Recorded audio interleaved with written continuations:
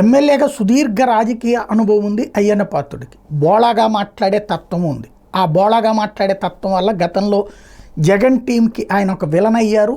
ఆయన్ని దెబ్బ కొట్టడం కోసం అని చెప్పేసి వాళ్ళ ఇంటి మీదకే దాడికి వెళ్ళినటువంటి సందర్భం ఉంది. అయితే ఆ కక్షలు కార్పణ్యాలని పక్కన పెడితే బాధ్యతాయుతమైనటువంటి పాత్రని స్పీకర్గా వాస్తవంగా ఇప్పటి వరకు అయితే ఎలాంటి లూజ్ టాక్ లేదు. చాలా రెస్పాన్సిబుల్గా, అంటే బోళాగా మాట్లాడేటటువంటి ఆయన ఎమ్మెల్యేల అవసరాల రీత్యా ఎమ్మెల్యేల విషయంలో బాధ్యతగా వ్యవహరిస్తూ నిర్ణయాలు తీసుకుంటున్నారు. అందులో ఒకటి, ప్రశ్నోత్తరాల సమయంలో మంత్రులు నోట్ చేసుకుని సమాధానాలు చెప్పాలంటాం ఒక ఎత్తు అయితే, అధికారుల తీరు మీదన ఎప్పటికప్పుడు ఆగ్రహం వ్యక్తం చేసి సరిచేసే ప్రయత్నం చేస్తున్నారు.